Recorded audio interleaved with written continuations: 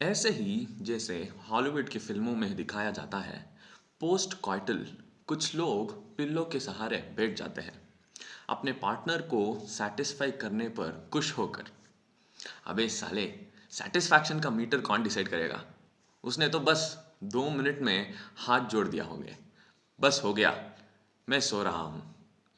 तुम्हारे लिए कैसा था? तुम आराम करते हो या फिर तुम वो हो जो तुरंत पलट कर सो जाते हो अपने पार्टनर को नाराज छोड़कर, जो अभी नींद में जाने के लिए बिल्कुल भी तैयार नहीं है? या शायद तुम थोड़ा सा वक्त आराम करते हो? अरे, थोड़ा सा वक्त मतलब 30 सेकंड का टाइम आउट लेते हो क्या? जैसे क्रिकेट मैच डीआरएस के लिए जाता है वैसा है, फिर तैयार होकर दोबारा शुरू कर लेते हो। रिसर्च के अकॉर्डिंग ये सब कॉमन है, लेकिन सेक्स के दौरान और बाद में हमारे बॉडीज के साथ क्या होता है, यही हम आज जानेंगे इस एपिसोड में। What happens to your body while you are having sex. आज हम बात करेंगे औरतों और मर्दों दोनों के साथ क्या होता है, और जब हम सेक्स कहते हैं इसका मतलब है intercourse, love making, etcetera etcetera. तो चलो मर्दों से शुरू करते हैं, उनके साथ क्या होता है। सेक्स करने के दौरान एक पॉइंट आता है जब मर्द पॉइंट ऑफ नो रिटर्न पर पहुंच जाता है। इसे एजैक्यूलेटरी इनएविटेबिलिटी भी कहते हैं। पल्स रेट और ब्लड प्रेशर बढ़ जाता है, स्पर्म रिलीज होता है और पीनस कॉन्ट्रैक्शंस में आता है। फिर वो आराम कर सकता है और बॉडी को काम डाउन होने देता है। पीनस फ्लैसिड हो जाता है। फ्लैसिड हो जाना मतलब शो खत्म। फ्लैसिड का मतलब जैसे बलून्स बर्थडे पार्टी के बाद हवा निकल गई वैसे। अब बस फोल्ड करो और सो जाओ।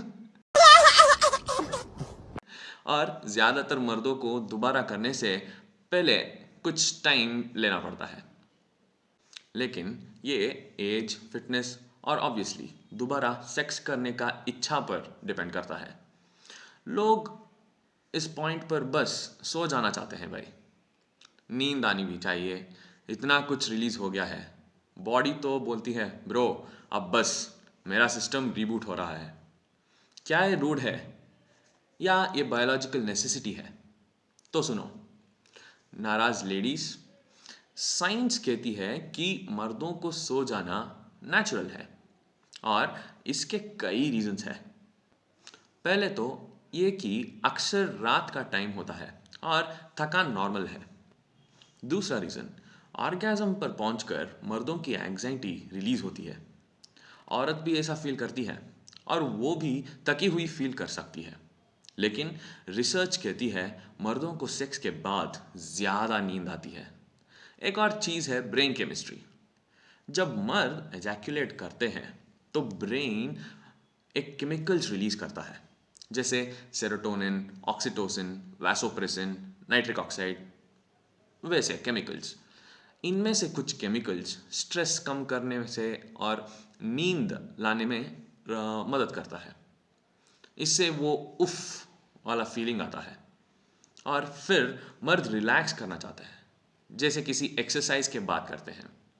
एक डॉक्टर ने बताया ये केमिकल्स आपको रिलैक्स्ड फील कराते हैं, ब्रेन वेव्स को स्लो करते हैं और आपको प्लेजेंटली टायर्ड फील करते हैं। Would like to take notes. लेकिन लगता है कि प्रोलैक्टिन नाम का हार्मोन जो रिलीज होता है वो मर्दों को नींद आने का मेन रीजन है। ये सेटिस्फैक्शन देता है। जितना कम प्रोलैक्टिन रिलीज होगा उतना जल्दी मर्द राउंड 2 के लिए रेडी हो जाएगा।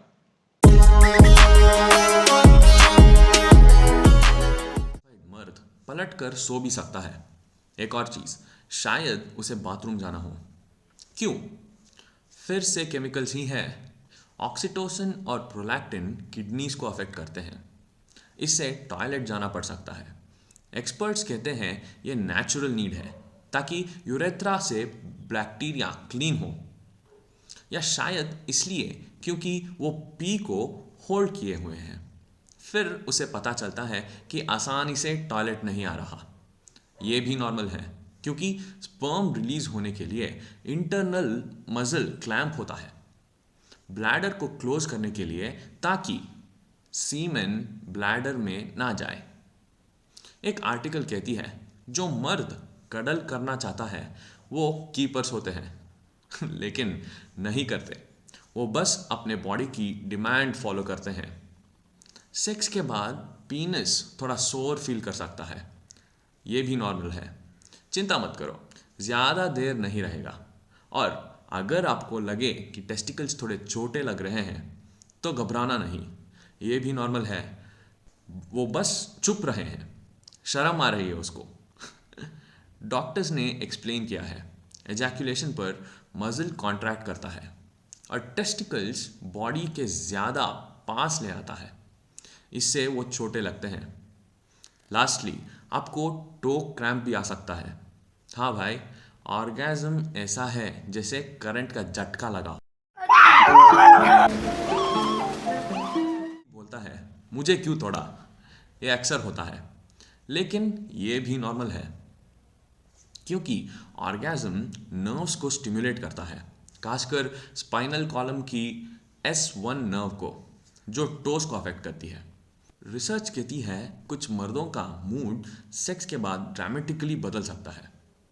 कुछ मर्दों ने बताया कि ग्रेट ऑर्गेज़म के बाद वो इमोशनली हैंडीकैप्ड फील करते हैं। ऐसे लगता है कि डोपामीन का हाई आ रहा हो और फिर वो डाउन हो रहे हो। औरतों में भी ऐसी फीलिंग्स आ सकती हैं। तो अब बात करते हैं औरतों की।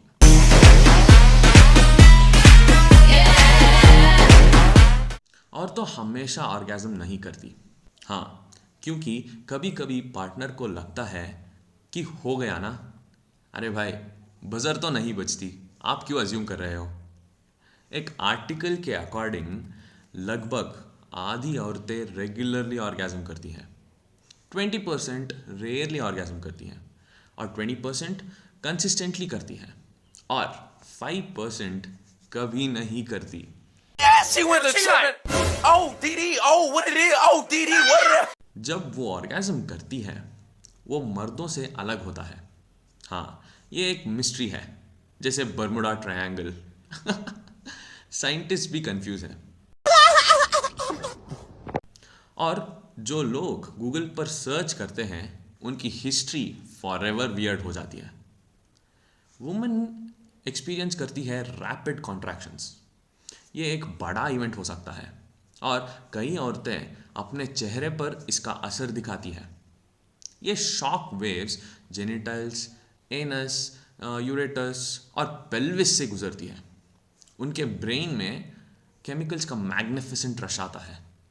वो भी एजैकुलेशन एक्सपीरियंस कर सकती है जब मिल्की लिक्विड यूरेथ्रा से बाहर आता है। लेडीज़, इसमें कोई प्रॉब्लम नहीं है, लेकिन अगर ज़्यादा लिक्विड आया तो एक्सपर्ट्स कहते हैं अगर ज़्यादा अमाउंट में आया तो वो यूरिन भी होती है, जो फीमेल प्रोस्टेट से सब्सटेंसेस के साथ डाइल्यूट होते हैं। साइंटिस्ट्स अभी तक क्लियर नहीं है कि क्यों कुछ औरतें ऐसी करती हैं और कुछ नहीं, लेकिन ये हार्मफुल नहीं है। तो फिर क्यों अक्सर औरतें बात करना चाहती हैं, कल की प्लानिंग का या लाइफ पर मीनिंग का, जबकि मर्द सो गए होते हैं। Would like to take notes while I take toast. Netherlands की 2005 की एक स्टडी कहती है सेक्स के दौरान औरतें ज़्यादा फोकस्ड होती हैं, पूरा दिमाग ऑर्गेज़म तक पहुंचने में लगती है। इसका रीज़न हिप्पोकैम्पस, ब्रेन का एक पार्ट जो फीलिंग्स रेगुलेट करता है, वो स्विच ऑफ हो जाता है। वो पूरे तरह सेक्स में इमर्स्ड होती है। ऑर्गेज़म के बाद वो वापस नॉर्मल स्टेट में आती है और फिर उन्हें ऑक्सीटोसिन का हिट मिलता है, जिसे कडल केमिकल्स भी कहते हैं। एक स्टडी कहती है हाई टेस्टोस्टेरॉन वाले लोग इस केमिकल को कम रिलीज करते हैं।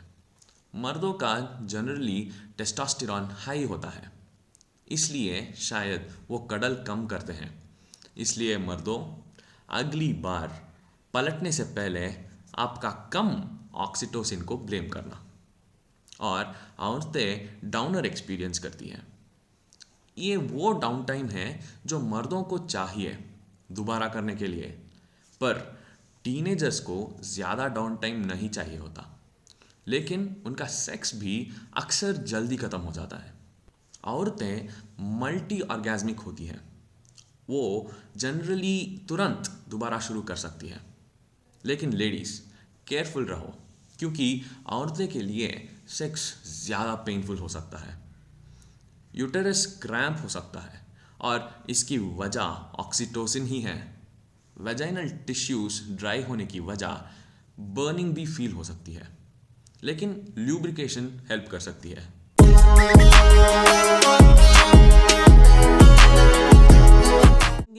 नॉर्मल है, लेकिन अगर 1-2 दिन से ज़्यादा रहे तो डॉक्टर से मिलना। अगर मर्दों को श्रिंकेज दिखाई देती है तो औरतों को ऑपोजिट होता है, उनका ब्रेस्ट्स बड़े हो जाते हैं। कई औरतों के ब्रेस्ट्स सेक्स के बाद बड़े हो जाते हैं, कुछ में तो 25% बढ़ती है। वुमेन्स हेल्थ मैगजीन कहती है हर औरत के लिए ये अलग होता है। एक औरत की क्लिटोरिस ऑर्गेज़म पर छोटी हो जाती है, ऑलमोस्ट डिसअपियर कर देती है। निपल्स ज़्यादा सेंसिटिव हो सकते हैं, लेकिन ये सब नेचुरल है। रिपोर्ट्स कहती हैं कुछ औरतें सेक्स के बाद गिडी फील करती हैं, कुछ कॉन्फिडेंट फील करती है, और अपने बॉडी को ज़्यादा अट्रैक्टिव मानती है। ज़्यादातर रिपोर्ट्स ये कहती हैं कि औरतों को भी पोस्ट सेक्स स्लम्प आ सकता है, लेकिन मर्दों को ज़्यादा डिप्रेशन होता है, कभी तो 1 हफ्ता तक। लेकिन जैसे कहते हैं, जो ऊपर जाता है वो नीचे आता ही है, और अक्सर ये राइड वर्थ इट होता है। तो गाइस, ये थी सारी इन्फॉर्मेशन। तो क्या ये वीडियो एक्यूरेटली डिस्क्राइब करती है आपकी बॉडी के साथ सेक्स के दौरान क्या होती है? कमेंट्स में बताना, ज़रूर बताना, ताकि हम तुम्हारे ज्ञान से एक और वीडियो बना सकते हैं। What happens to your body while you are reading sarcastic comments? तो गाइस, अगली वीडियो पे मिलते हैं। Until then, bye bye.